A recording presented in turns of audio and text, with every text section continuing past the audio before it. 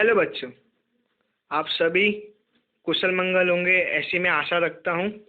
और सबसे पहले आपको जन्माष्टमी की हार्दिक शुभकामनाएं। ठीक है, हैप्पी जन्माष्टमी टू ऑल। तो आज हम जो अपना प्रीवियस लेक्चर था उसका कंटिन्यूशन करने वाले हैं। ठीक है, लास्ट लेक्चर में हमने पढ़ा था कि कैसे कैसे रिवॉल्यूशनरी एक्टिविटीज हुई थी, और हमारा लास्ट टॉपिक था पिछले लेक्चर का revolutionary activities in foreign countries की, जो इंडिया के बाहर जो कंट्री थी वहाँ पे कैसे कैसी एक्टिविटीज की गई थी, रिवॉल्यूशनरी एक्टिविटीज। तो आज हम उसके आगे से पढ़ने वाले हैं। ठीक है, तो चलिए शुरू करते बिना टाइम गवाए। Morley Minto reforms. ठीक है, तो अब इंग्लिश ने क्या किया था, अडॉप्ट किया था पॉलिसी डिवाइड एंड रूल, भागला पारो और राज करो। ठीक है, तो इसी के अंदर इन्होंने एक, जो मैंने कहा मुस्लिम लीग आया था, उसी के अंदर इन्होंने क्या किया, एक रिफॉर्म बनाया था जिसको इन्होंने क्या कहा, मॉरले मिंटो रिफॉर्म्स। ठीक है, वो क्या थे तो वो मैं आपको बताता हूँ।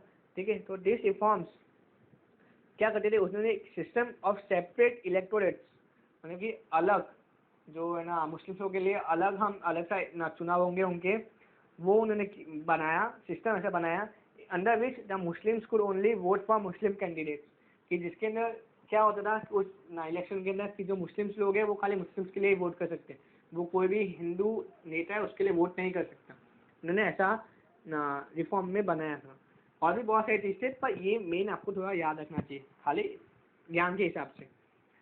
तो इसी को कहा गया था मॉरले मिंटो रिफॉर्म्स। और कांग्रेस जो थी उन्होंने इसका बढ़ चढ़कर विरोध किया था कि ऐसा नहीं हो सकता कि खाली मुस्लिम्स लोग मुस्लिम को वोट देंगे, ऐसा नहीं होगा। ठीक है, क्योंकि वो ऐसा हो जाता तो क्या कहलाता कि डिवाइड हो जाता ना, हिंदू मुस्लिम देखकर जो है वो टूट जाती, और वो नहीं टूटनी चाहिए, कांग्रेस चाहती थी कि वो ना टूटे। फिर अपने जो हीरो है गांधी जी, उनका अराइवल हुआ 1915 में। वो 1915 में इंडिया पहुंचे, कहाँ से, साउथ अफ्रीका में। और साउथ अफ्रीका में उन्होंने एक बहुत ही इंपॉर्टेंट लड़ाई सत्याग्रह जीता था, सत्याग्रह के माध्यम से जीता था। ठीक है, ब्लैक के खिलाफ जो उन्होंने आंदोलन चलाया, ब्लैक और वाइट, ब्लैक एंड वाइट जो थे उस टाइम पे, रंग भेद आंदोलन, ठीक है, वो उन्होंने साउथ अफ्रीका में जीत के आए थे, और वो भी बिना किसी हथियार से, सत्याग्रह का यूज करके। किसका यूज करके, अपने सत्याग्रह का यूज करके। और सत्याग्रह क्या है ना, principle of truth and non violence, की आप सत्य और ना नॉन वायलेंस, बिना वायलेंस किए आप सामने वाले के खिलाफ लड़ोगे। तो गांधी जी के अब दो चीज आपको याद रखनी है कि उनके आध्यात्मिक गुरु कौन थे, श्रीमद राजचंद्र, और राजकीय गुरु मतलब पॉलिटिकल मेंटर कौन थे, गोपाल कृष्ण गोखले। ये दो चीज आपको याद रखनी है। ठीक है, फिर उसके बाद रॉलेट एक्ट। ठीक है, रॉलेट एक्ट जो था वो बहुत ही, आप उसको कह सकते हो ब्लैक एक्ट का, कारो कायदा। ठीक है, जिसको गांधी जी ने ब्लैक एक्ट कहा था। क्यों, क्योंकि उसके लिए ना ब्रिटिशर्स ने ऐसा बनाया, ऐसा रूल बनाया कि अगर उन्हें लगे कि ये सामने वाला बंदा अंग्रेजों के खिलाफ कुछ कर रहा है तो उसे पकड़ सकते थे और बिना सबूत का उसे जेल में डाल सकते थे। और जो जज है, जो कोर्ट है, उसकी हियरिंग कोई स्पेशल टाइप के कोर्ट में होती थी, और वो कोर्ट बिना सबूत के, बिना सुने अंग्रेज ना उस बंदे की बिना सुने वो उसे जेल में या उसे सजा दे देता था। तो गांधी जी ने इसको ब्लैक एक्ट कहा। क्यों, क्योंकि अकॉर्डिंग टू दिस एक्ट जो भी सस्पिशियस पर्सन है उसको कभी भी जेल हो सकती है, उसके बिना नोटिस दिए, बिना कुछ उसको ना बताए उसको ना जेल डाल सकते हैं, और उसके बाद अलग से मुकदमा दायर कर सकते हैं। और वो मुकदमा भी अलग जगह चलेगा जहाँ पे जो ना जज है वो उसे बिना किसी प्रूफ का भी गिल्टी या दोषी मान सकते हैं। इसलिए गांधी जी ने इसके ब्लैक एक्ट कहा।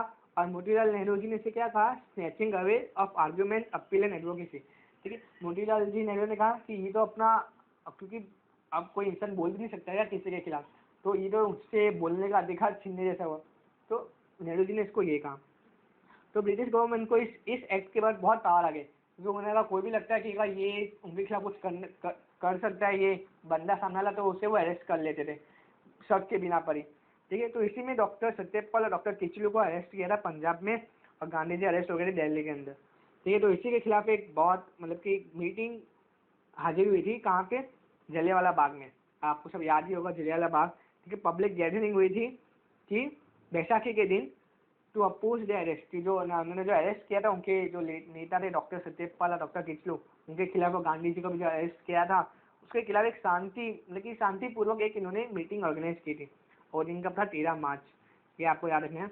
तो उसमें क्या था, ये अपना दूसरा विलेन, ठीक है, ये दूसरा विलेन ये था जनरल ऑर्डोनिल डायर, वो वहाँ पे पहुँच गया और वहाँ पे उसने बिना किसी वार्निंग दिए उन लोगों पे जो मासूम लोग थे उनके पर अंधाधुंध गोलियां चला दी अपने मशीन गन से। उसके चारों साइड दीवार थे और सिर्फ एक छोटा सा संकीर्ण रास्ता था जहाँ पे ये लोग खड़े थे। ये देखो, ये लोग खड़े थे रास्ता रोके हुए और बाकी चारों साइड दीवार था और बीच में एक कुआं था, ठीक है। अब कुछ लोग कुएं में कूद गए मरने की तरह से, कुछ लोग दीवार चढ़ के उस पार चढ़े थे पर दीवार इतना लंबा था कि खून की गोली लग जाती थी। और ऐसा कहा जाता है कि ये लोग तब तक नहीं रुके जब तक इनके सारे गन्स जो थे खत्म ना हो गए, उनके बुलेट्स जो थे जब खत्म हो गए तब उन्होंने अपनी फायरिंग रोकी।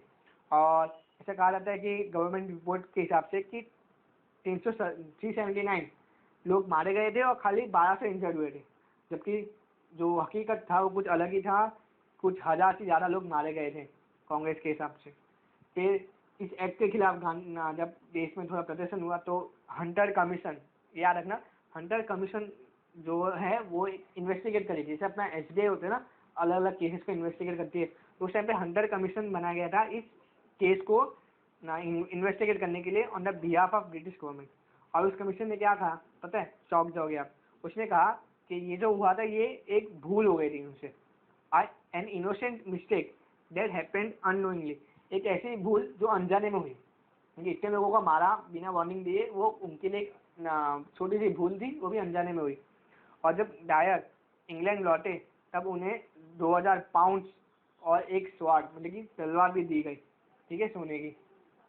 तो ये इसके बाद जो गांधी जी का विश्वास था अंग्रेजों के ऊपर वो पूरी तरीके से खत्म हो गया और गांधी जी ने नॉन कोऑपरेशन मूवमेंट की नींव रखी। और ये जो था सबसे बड़ा रीजन बना नॉन कोऑपरेशन मूवमेंट या तो असहकार आंदोलन, ठीक है, असहकार आंदोलन, ठीक है। तो अब खिलाफत मूवमेंट भी उसी टाइम में स्टार्ट हुआ था। खिलाफत मूवमेंट क्या था कि जो टर्की जो था, जो जर्मन, और जब हम वर्ल्ड वॉर 2 फर्स्ट पढ़ेंगे तो उसमें आपको अच्छी तरह पता चल जाएगा, टर्की जो था वो जर्मनी के साइड से जुड़ा था, ठीक है, विश्व युद्ध, पहले प्रथम विश्व युद्ध में। तो जब जर्मनी हार गया, टर्की हार गया, तो इंग्लैंड ने उसके ऊपर भारी प्रतिबंध लगा दिए। आपको पता है ना, जब दो दोस्त के में या दो शेर के बीच में झगड़ा होता है तब जो हार जाता है उसके ऊपर कितना फाइन लगता है कि अब से तेरा इलाका नहीं है, तो यहाँ पे रह नहीं सकता, ठीक है, तेरी जो भी इलाके, तेरी जो भी जायदाद है वो सब मेरी हो जाएगी, ठीक है। अब शेर की जायदाद तो नहीं होती पर जो इलाका है उसका वो सब उसका हो जाएगा जो जीता है। तो उसी टाइप से उन्होंने क्या किया है, जो मुस्लिम के जो खलीफा थे उस टाइम के हेड, टर्की का जो राजा था, उसका जो पोस्ट है उन्होंने दरखास्त कर दी थी, मतलब कि उसको उन्होंने निलंबित, उसको उन्होंने खत्म कर दिया था। तो उन्होंने स्ट्रिक्ट इम्पोज किया टर्की के ऊपर और जो उसका सुल्तान था, ठीक है, तो उसी के खिलाफ मूवमेंट चालू हुआ जिसको कहते हैं खिलाफत मूवमेंट। और गांधी जी ने कांग्रेस को इसका सपोर्ट करने के लिए कहा, क्योंकि ये जो रिवॉल्ट था वो था मुस्लिमों का, पर उन्होंने कहा कि हमें हिंदूज को भी सपोर्ट करना चाहिए ताकि हम बता सके कि हिंदू मुस्लिम एकता अब भी है। तो इसके लिए हिंदू मुस्लिम एकता को ध्यान में रखते हुए कांग्रेस ने इसको सपोर्ट किया। सॉरी। अब आते हैं अपने नॉन कोऑपरेशन मूवमेंट के बारे में, ठीक है। तो 1920 से 1922 के बीच में असहकार आंदोलन चालू हुआ था, जिसके अंदर जो नागपुर कॉन्फ्रेंस, ठीक है, आपको पूछे कौन से कॉन्फ्रेंस ने नॉन कोऑपरेशन मूवमेंट को हरी झंडी ग्रीन सिग्नल दिया था, तो वो आएगा नागपुर कॉन्फ्रेंस, ठीक है। अब उन्होंने कहा उस कॉन्फ्रेंस में कि अब हम स्वराज्य के लिए लड़ेंगे, क्योंकि पहले वो लोग क्या कहते थे कि हम स्वशासन की हम अपने तरीके से शासन करना चाहते हैं, आप भले हम पे आप रूल बनाओ, पॉलिसी बनाओ, लेकिन हम अपना शासन हम खुद से करेंगे। अब उनसे उनका फोकस कहाँ पे आ गया था, स्वराज्य, कि अब अपना राज होगा, अब हमें आप चाहिए ही नहीं, अब इस देश से बाहर चले जाओ। तो इसके कंस्ट्रक्टिव एक्सपेक्ट, ठीक है, क्या थे कि हिंदू मुस्लिम यूनिटी को एक करना और अपने करोड़ रुपीज, ठीक है, 1 करोड़ जितना फंड तिलक स्वराज्य फंड में आ गया था, और फिर नेशनल एजुकेशन और प्रोहिबिशन, ठीक है, ये सब उसके कंस्ट्रक्टिव एक्सपेक्ट, मतलब कि आप कह सकते हो कि अब कोई आंदोलन होता है उसकी 2 चीज़ें होती है, एक चीज़ है जिसको जो लोगों के अंदर पॉजिटिव चीज़ें पैदा करती है, जो उसके कंस्ट्रक्टिव एक्सपेक्ट होते हैं, और एक ही नेगेटिव एक्सपेक्ट, कि उसमें क्या क्या था जो थोड़े नेगेटिव थे, मतलब कि जो लोगों ने किए और जो करने जरूरी थे। तो क्या थे उसके अंदर कि गिविंग अप गवर्नमेंट जॉब, जो सरकारी नौकरी थी, क्योंकि अंग्रेजी सरकारी नौकरी होती थी, तो उसको छोड़ना, ठीक है। गवर्नमेंट स्कूल कॉलेज को छोड़ना, बॉयकॉट लेजिस्लेशन, ठीक है, जो अपना जो विधानसभा है उसको छोड़ना, क्योंकि उस समय कांग्रेस पार्टी हुआ करती थी, तो उसके भी मेंबर्स होते थे, तो उसका बॉयकॉट करना। फिर लोकल सेल्फ गवर्नमेंट का बॉयकॉट करना, फॉरेन क्लोथ और अदर आर्टिकल्स का बॉयकॉट करना, ठीक है। देखिए इन सबको जो भी स्वदेशी अपनाना था इन शॉर्ट, और जो विदेशी जो भी चीज़ें जहाँ पे भी सरकारी जॉब है, जो भी चीज़ जो अंग्रेजों को फायदा करती है, अंग्रेजी स्कूल, ठीक है, अंग्रेजी विधानसभा जिसके अंदर खाली नाम के लिए मेंबर्स हुआ करते थे इंडियंस, ठीक है, और अंग्रेजी सामान सबको उनका बहिष्कार करना था। अब इस प्रोग्राम्स क्या क्या थे नॉन कोऑपरेशन मूवमेंट के अंदर, तो सबसे पहले क्या हुआ ये आपको याद रखना, ठीक है, याद रखना है कि महात्मा गांधी और टैगोर जी ने अपने टाइटल्स, ठीक है, जो उनको है ना उपाधि दी गई थी अंग्रेज सरकार की तरफ से, उन्होंने वापस लौटा दिए। तो गांधी जी को केसर हिंद और टैगोर जी को नाइटहुड का ऑनर मिला था, वो उन्हें रिटर्न कर दिया। फिर स्टूडेंट्स, ये सबसे मेरे को अच्छा लगता है कि जो स्टूडेंट्स थे उन्होंने इंग्लिश स्कूल और कॉलेजेस छोड़ना, ऐसे छोड़ दिए कि अब वो नहीं पढ़ेंगे। काश अभी ऐसा हो तो हम भी ऐसा बोलेंगे नहीं हमें भी इंग्लिश मीडियम स्कूल में नहीं पढ़ना है, ठीक है। तो मजाक था ये। तो अब उस टाइम पे वो स्टूडेंट्स को अपनी पढ़ाई की चिंता नहीं थी, ठीक है, उन्हें अपनी फ्यूचर की नहीं, उन्हें बस देश के बारे में इतना लगाव था, इतना प्रेम था कि उन्होंने अपनी एजुकेशन अपना फ्यूचर भी दाव पे लगा दिया, ठीक है। मैं आपको ये दिखाना चाहता हूँ कि उनकी भावना क्या हुआ करती थी। फिर ceremony of honouring prince of Wales, ठीक है, कुछ ना इम्पोर्टेंट जो इंग्लैंड के अंदर जो हुआ करते थे कि उनके जो राजा या कोई राजकुमार का बनना, या कि इंग्लैंड का बहुत सारे अलग अलग जगह पे उनका वो था राज्य ना, वो राज करते थे अलग अलग देश के हिस्सों पे, अलग अलग विदेशों में भी राज करते थे, तो वहाँ पे भी अगर कुछ होता था वो सबको बॉयकॉट करना। फिर ना जामिया मिलिया, गुजरात विद्यापीठ एक्सेट्रा बनाया गया था, कौन से नेशनल स्कूल और कॉलेजेस बनाए गए थे, क्योंकि अब जो बच्चे जो है वो अगर इंग्लिश एजुकेशन छोड़ देंगे तो उनका फ्यूचर का कुछ तो करना पड़ेगा ना, तो इसके लिए भी नेशनल स्कूल और कॉलेजेस बनाए गए, ठीक है। तो जो सरकार थी वो एकदम शॉक हो गई थी कि ये तो क्या हो रहा है, मतलब कि ऐसा इतना इतना बढ़ चढ़ के इनके खिलाफ आंदोलन कभी नहीं हुआ था, ठीक है। तो सरकार भी एक बार चौंक गई।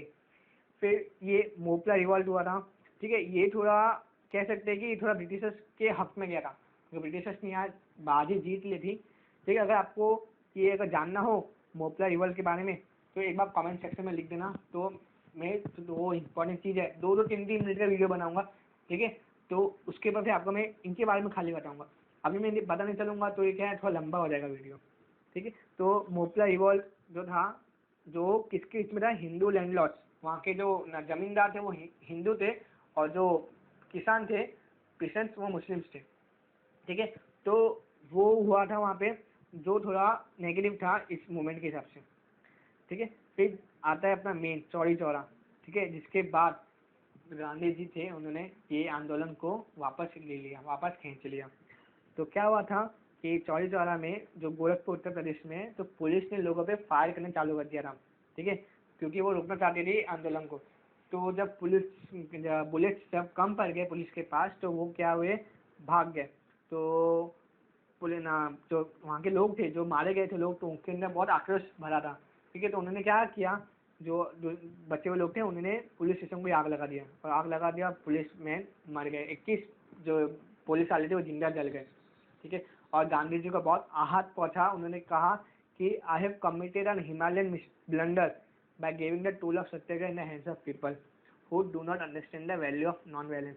उन्होंने कहा कि मैंने बहुत बड़ी भूल की कि मैंने उन लोगों के हाथ में सत्याग्रह का टूल लिया जो हिंसा को समझते नहीं, जो खाली हिंसा की भाषा समझते, उनके साथ उनका साथ को देना ही नहीं चाहिए था, कि मैंने बहुत बड़ी मिस्टेक की ये टूल दे के सत्याग्रह का उन लोगों के हाथ में जो नॉन वायलेंस का मतलब ही नहीं समझते। गांधी जी का एक ही मानना था, अगर वायलेंस करोगे तो आप जो सरकार है उनके पास एक वजह आ जाएगा आप आंदोलन रोकने का। सरकार कह सकते हैं कि भाई आपने हमारे इतने लोगों को मारा तो हम आपका जो आंदोलन है हम उसको बंद करना ही चाहते हैं। अगर कोई खून खराबा नहीं होगा, उनके सामने वाले लोग मारे नहीं जाएंगे, तो क्या, तो उनके पास कोई वजह ही नहीं होगी। अगर सोचो मैं आपके खिलाफ कुछ बात कर रहा हूँ, अगर मैं आपको टच ही नहीं करूँगा तो आप मुझे कुछ कह नहीं सकते ना कि भाई तू अपना आंदोलन बंद कर। पर अगर मैंने आपको टच किया, आपको थप्पड़ मारा है मैंने, तो आप बदले में फिर मेरे को मारने लगोगे या फिर मेरे बारे में केस कर दोगे, फिर आप रोक सकते हो मेरे को आंदोलन करने से। तो गांधी जी यही चाहते थे। और कुछ जो इतिहासकार है कि मैं भी ऐसा मानता हूँ कि अगर इस टाइम पे नहीं रोकते हम ये असहकार आंदोलन, तो शायद हमें आज़ादी 20-25 साल पहले मिल जाती, क्योंकि गवर्नमेंट भी उस टाइम पे शॉक हो गई थी कि भाई कैसे हो रहा है ऐसा आंदोलन। ठीक है, तो ये मेरा व्यक्तिगत विचार है, आप अपने विचार, आप अपने थॉट्स कमेंट सेक्शन में बता सकते हो। तो ये तो था, ये जो नॉन कोऑपरेशन मूवमेंट था वो भले ही फेल हुआ, वो अपना डिजायर जो एम था उसका, जो चाहता था कि हमें स्वराज्य मिले, वो नहीं हुआ उससे। तो उससे कुछ अच्छी चीज़ें भी हुई, जो लोगों के अंदर जो थी वो एक जो भावना थी राष्ट्रवाद की, नेशनलिज्म की, वो एकदम से फैल गई। लोग एजुकेट होने लगे, उन्हें पता चला कि नहीं, अब हम आगे भी अपनी जो जो हमने भूल की है उससे सुधारेंगे, और आगे हम इससे भी अधिक जो कहते हैं ना कि ये ना भारी वाला सत्याग्रह करेंगे ताकि ब्रिटिशर्स चले ही जाएं। फिर there is a political awareness, लोगों के अंदर पॉलिटिकल मतलब कि राजकीय समझ आए कि हाँ हम पॉलिटिकल जो हम अपने पार्टी बना के, क्योंकि अपना ही अपने लोगों को विधानसभा में रख के हम ना ब्रिटिशर से काम निकलवा सकते हैं। ठीक है, ये सब हुआ था कि फेथ इन इंडिपेंडेंस की लोगों को लगा कि नहीं, अब आज़ादी दूर नहीं, अब हमें आज़ादी मिल सकती है, ये सब हुआ। फिर हिंदी को ज़्यादा इंपॉर्टेंस मिलने लगे इंग्लिश से। और जो 1857 में एक बहुत इंपॉर्टेंट फैक्टर क्या था वो फील हुआ कि वो खाली जो बड़े बड़े शहर है वहाँ तक ही था, पर ये जो मूवमेंट है वो खाली टाउन्स और सिटीज़ में नहीं बल्कि छोटे छोटे कस्बे और गाँव में भी पहुँच गया। तो गाँव के लोगों को भी ये पता चलेगा कि अब आज़ादी दूर नहीं। ठीक है, और उसके बाद हम बात करते हैं स्वराज्य पार्टी की। ठीक है, तो इसका थोड़ा बैकग्राउंड जान लेते हैं कि जो नॉन कोऑपरेशन मूवमेंट का सस्पेंशन हुआ था, ठीक है, तो वो बहुत डिप्रेसिंग था। तो जब कांग्रेस का जब नया अधिवेशन हुआ, जब उनका नया सेशन चालू हुआ, मीटिंग चालू हुई गया में, तो उन्होंने क्या रखा कि उसके बाद में आएंगे, पहले एक बार ये देख लेते हैं उनका बैकग्राउंड क्या था कि स्वराज्य पार्टी की नींव क्यों बनी। ठीक है, जैसे असहकार आंदोलन नॉन कोऑपरेशन की नींव क्या थी, जलियांवाला बाग, वैसे इसकी जो नींव थी ना, तो ये फेल हुआ नॉन कोऑपरेशन मूवमेंट, इसकी नींव पर ही ये अपना स्वराज्य पार्टी बना। ठीक है, क्यों क्या हुआ कि no fix plan of action was present. ठीक है, अब सस्पेंशन करने के बाद क्या करना है वो भी कोई प्लान नहीं था। ठीक है, फिर ना जो ना अब जैसे ही आंदोलन बंद हुआ तो गवर्नमेंट ने क्या किया, गांधी जी को अरेस्ट कर लिया 1922 में मार्च में। तो अब जैसे 1907 के अंदर हुआ था, कांग्रेस का विभाजन हुआ था दो, मावाल्स और जहाल्स में, तो वैसा गया के कॉन्फ्रेंस में होने लगा, दो अलग गुट बन गए, मतलब दो अलग ग्रुप बन गए कांग्रेस के। ठीक है, और ये दो अलग ग्रुप कौन से थे, स्वराजिस्ट मतलब कि चेंजर्स और नो चेंजर्स। ठीक है, मैं तो डीप में जा रहा हूँ इसके अंदर, आपके बुक के अंदर कुछ भी नहीं लिखा हुआ है इसके बारे में, पर मैं चाहता हूँ कि आपके इसके बारे में नॉलेज हो इसके लिए। ठीक है, तो प्रो चेंजर्स थे। ठीक है, तो वो क्या चाहते थे कि अब हम क्या करना चाहते हैं, उसके अंदर कौन थे, चित्तरंजन दास, मोतीलाल नेहरू और अफजल खान। वो क्या कहते थे कि ना हमें अब असहकार आंदोलन में क्या कहा गया था, क्या कहा था उन्होंने कि हमें बॉयकॉट करना है लेजिस्लेचर्स का भी, क्या विधानसभा का भी बॉयकॉट करना है, अभी हमें अंदर नहीं जाना है, हमें विधानसभा को चलने नहीं देना है बाहर से। पर इनका क्या मानना था कि हम अपनी पार्टी बनाएंगे, हम लोगों के द्वारा ना चुने जाएंगे और फिर हम विधानसभा के अंदर घुसेंगे, और अंदर घुसने के बाद हम अगर हमारी ना इच्छा रूप हमारे हमारे हम जो कह रहे अगर वैसा काम नहीं हुआ तो हम चलने नहीं देंगे सदन को। अभी होता है ना कोई ना बिल सरकार पेश करती है तो लोग हल्ला करते हैं, सदन से बाहर भाग जाते हैं, सदन का जो काम है उसको भंग कर देते हैं। तो वैसा ही ये लोग मानते थे कि हम ऐसा करेंगे कि हम विधानसभा के अंदर घुसेंगे बाकायदा सिलेक्ट होके, ऐसा नहीं कि हम बाहर से हल्ला करेंगे, हम सिलेक्ट होंगे, हम अपने ना इलेक्शन लड़ेंगे, हम लोगों के द्वारा सिलेक्ट होंगे, और हम अंदर घुसने के बाद अगर सरकार हमारी बात नहीं मानती है तब हम हल्ला करेंगे, तब हम सरकार को काम करने नहीं देंगे। उनका मानना ये था। ठीक है, तो उनका इंटेंशन क्या था कि to use the council as arena of political struggle, कि हम अपना स्ट्रगल करके वहां पहुंचेंगे और फिर हम काम करने नहीं देंगे। और जो दूसरी तरफ जो थे ना क्या कहते हैं अपने नो चेंजेस, वो कहते थे कि हम ऐसा नहीं करेंगे, हम खाली ना हम जो सरकारी जॉब है और जो विधानसभा है हम उसको बाहर से बॉयकॉट करेंगे, और हम क्या करेंगे कि अपने ना कंस्ट्रक्टिव वर्क मतलब कि खादी का और ना जो लोकल आर्टिस्ट है स्वदेशी अपना उस पर ज़्यादा ध्यान देंगे, और बॉयकॉट और नॉन कोऑपरेशन, और अपने जो बॉयकॉट है कि हम विधानसभा की बात ही नहीं मानेंगे, वो बना तो बना, हम वो अमल मानेंगे ही नहीं, अगर कोई पॉलिसी बनाती है पर उस पर हम अमल ही नहीं करेंगे, वैसा चालू रखेंगे। और उन्होंने कहा था कि हम वापस तैयारी करते हैं ताकि अगली बार जो सिविल डिसोबीडियंस मूवमेंट हम चालू करें तो उसमें ऐसी गलतियां ना हो। ठीक है, तो इसके अंदर वल्लभ भाई पटेल, राजेंद्र प्रसाद, राजगोपालाचारी, ये सब नो चेंजेस में थे। तो अब जो है ना, अब कांग्रेस 1907 के सब सीन क्रिएट ना हो जाए। ठीक है, तो ये दोनों चाहते थे कि हम अलग अलग विभाजन नहीं हो, पर हम एक ही हम दो अलग अलग तरीके से काम करें, लेकिन हम हो एक ही घर के अंदर। क्योंकि ऐसा हो कि एक जन बालकनी से काम कर रहा है और एक जन खिड़की में से काम कर रहा है, ऐसा। ठीक है, मतलब कि एक बेडरूम में से काम कर रहे हैं और एक लिविंग रूम हॉल में से काम कर रहे हैं, पर वो रह रहे एक ही घर के अंदर है ना। आप एक घर के अंदर रह रहे हो, तो अगर घर पे कोई हमला करेगा तो आप दोनों ही मिलकर लड़ोगे, उससे साथ हो ही जाओगे ना आप। आपके घर को तो कोई तोड़ने देगा नहीं, भले आप घर के अंदर अलग अलग जगह से काम कर रहे हो, लेकिन आपके घर पे कोई हमला करेगा तो आप उससे हमला करने नहीं दोगे। तो यही मानना था इन दोनों का। और इन्होंने क्या कहा, गांधी जी को अपना लीडर चुना, मतलब कि कांग्रेस को भी गांधी जी ने अपना लीडर चुना और जो स्वराज्य पार्टी थी उसको भी गांधी जी ने अपना लीडर चुना, ताकि इनके बीच में दरार ना हो, स्प्लिट ना हो।